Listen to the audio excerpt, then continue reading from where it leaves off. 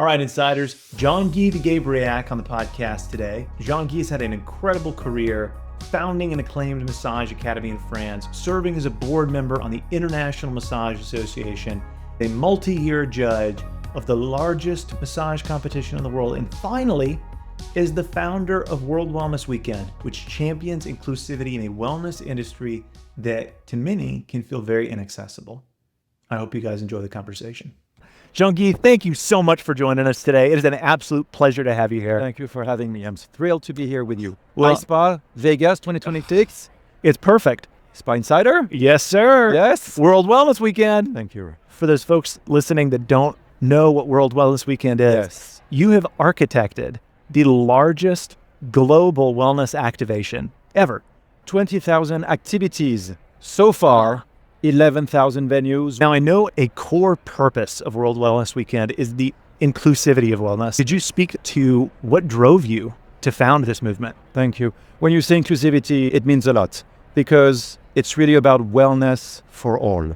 We as professionals in spa, in fitness, in salons, in beauty, in hospitality, it's definitely wellness for the guests, wellness for the members, wellness for those who pay. Mm-hmm. World Wellness Weekend wants to go beyond that. Of course, let's surprise the clients, the members with new activities, signature activities that will attract a new audience of wellness enthusiasts, that will make people want to join again with friends and family, but also wellness for the teams, for the associates, for the hosts, so that we can say, wellness starts with you. Big thumbs up for being part of the experience that we are delivering. And if we can, wellness for all, also encompassing and reaching out to underprivileged communities, the ones who cannot afford sometimes to go to a spa, to a hotel, to a resort, because there is such a big divide between the have and the have-nots, the healthy and the not so healthy. We would like to show that we, as professionals in spa, beauty, fitness, and hospitality, we are the second line of responders. The first line, definitely the doctors, the nurses. Can we be the second line, trying to keep everyone in check and on a healthy wellness journey, hoping to change and improve behavior and sustain that? So that's the purpose of World Wellness Weekend. Can you describe the moment that the idea hit you? What galvanized it? Because I know your background, you came from operating a renowned massage school. So how did that shift into this broader picture? September is an important date because it's just before the equinox, when daytime and nighttime are roughly the same. Therefore, it's a beautiful symbol for work-life balance or harmony. So in September, when kids are back at school, we are back at work, a lot of people want to get back in shape. So September is usually when people in the fitness industry say, it's like the new January. January, everyone had way too much fun, food, sugar, grease, alcohol during the holidays. So of course, everyone wants to enter a new year as a new me. So that's usually when you see the highest turnout of gift certificates and people wanting to go to spas or fitness clubs and become members. September is also when people want to get back in shape. And this is when a lot of properties, 11,000 so far, open their doors to say, are you in the area? Are you a local? Do you know we have irresistible offers? We have great memberships. We have great classes. Why don't you come by, try it? Bring a friend, bring a colleague, bring a member of your family. Pick your wellness buddy. With World Wellness Weekend, we have pillars that we encourage people to dive in and to explore. Sleep and creativity, nutrition and immunity, movement and vitality, mindfulness and serenity, sense of purpose, and solidarity. I would love to break stereotypes. If I show you a photo of a person, man, woman, with gray hair, and a person, man, woman, with brown hair, you can imagine there's an age difference. And if I ask you, who's the wellness coach? Who's the fitness coach? You may think, oh, maybe the younger person is the age bias. But what if the person with gray hair is actually the coach of the younger person? Because we have very active seniors. And if I show you a photo of a person who has prosthetics on the leg or in a wheelchair and someone who has 2 legs and 2 arms, if I ask you, who's the fitness coach? Who's the mental coach? You're going to probably default to the able-bodied person. So many biased. I would like World Wellness Weekend to be an opportunity to really promote wellness for all for this. I love that. I think the gap that you're talking about has never been more important, right? Longevity is something that a lot of the biohacking Yes. is not really realistic for large portions of the population.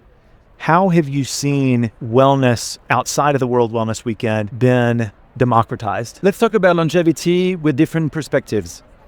One is what my grandmother always used to tell me. Go to bed early, finish your vegetables, go out and play with your friends and get some movement, rest your mind, read a book, stay curious, and be open to others to see how you can join with community and help someone else, because maybe one day you'll be the one needing help. And if you reach out, maybe someone will reach out to you, or maybe you'll ask for someone to reach out. So it's common sense from our grandmothers or grandfathers. And this was very democratized. This doesn't cost anything in the healthy living that they used to live and what they transmitted to us.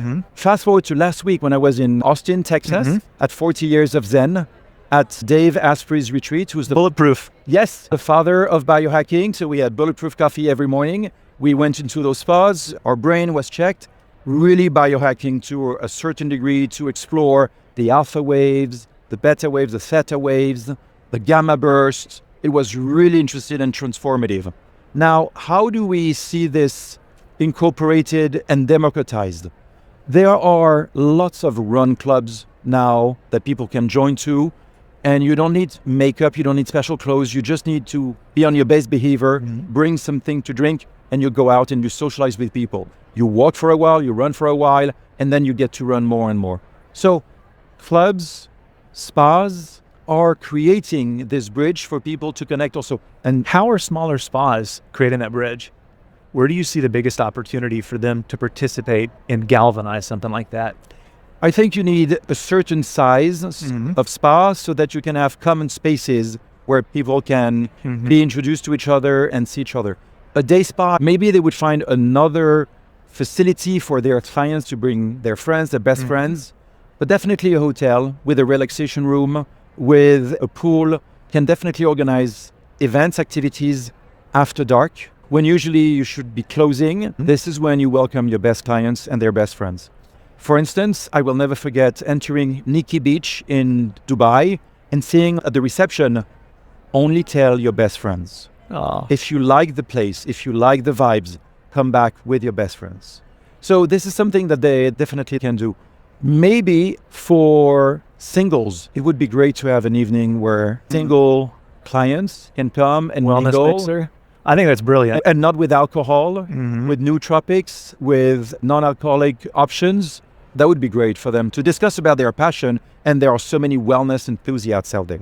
I love that. And I think there is a real gap in opportunities to socialize and meet and form community that don't involve going to the bar.